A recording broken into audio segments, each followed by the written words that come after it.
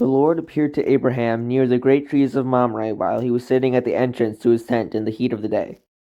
Abraham looked up and saw 3 men standing nearby. When he saw them, he hurried from the entrance of his tent to meet them and bowed low to the ground. He said, "If I have found favor in your eyes, my lord, do not pass your servant by. Let a little water be brought, and then you may all wash your feet and rest under this tree. Let me get you something to eat, so you can be refreshed and then go on your way, now that you have come to your servant." "Very well," they answered, "do as you say." So Abraham hurried into the tent to Sarah. "Quick," he said, "get 3 seahs of the finest flour and knead it and bake some bread." Then he ran to the herd and selected a choice, tender calf and gave it to a servant, who hurried to prepare it. He then brought some curds and milk and the calf that had been prepared and set these before them. While they ate, he stood near them under a tree. "Where is your wife Sarah?" they asked him. "There, in the tent," he said. Then one of them said, "I will surely return to you about this time next year, and Sarah your wife will have a son." Now Sarah was listening at the entrance to the tent, which was behind him. Abraham and Sarah were already very old, and Sarah was past the age of childbearing. So Sarah laughed to herself as she thought, "After I am worn out and my Lord is old, will I now have this pleasure?"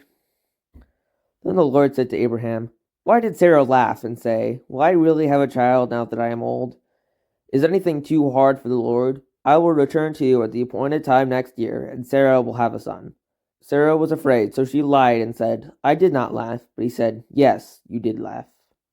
When the men got up to leave, they looked down toward Sodom, and Abraham walked along them to see them on their way. Then the Lord said, "Shall I hide from Abraham what I am about to do? Abraham will surely become a great and powerful nation, and all nations on earth will be blessed through him.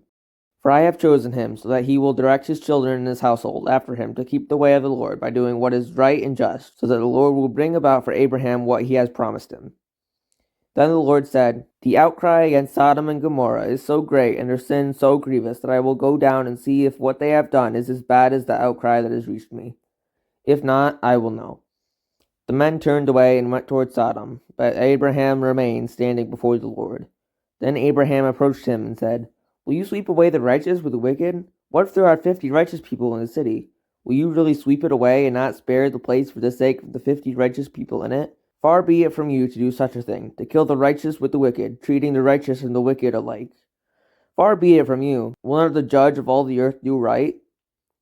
The Lord said, "If I find 50 righteous people in the city of Sodom, I will spare the whole place for their sake." Then Abraham spoke up again. "Now that I have been so bold as to speak to the Lord, though I am nothing but dust and ashes, what if the number of the righteous is 5 less than 50? Will you destroy the whole city for lack of 5 people? If I find 45 there," he said, "I will not destroy it." Once again he spoke to him. "What if only 40 are found there?" He said, "For the sake of 40, I will not do it." Then he said, "May the Lord not be angry, but let me speak. What if only 30 can be found there?" He answered, "I will not do it if I find 30 there." Abraham said, "Now that I have been so bold as to speak to the Lord, what if only 20 can be found there?" He said, "For the sake of 20, I will not destroy it." Then he said, "May the Lord not be angry, but let me speak just once more. What if only 10 can be found there?" He answered, "For the sake of 10, I will not destroy it." When the Lord had finished speaking with Abraham, he left, and Abraham returned home.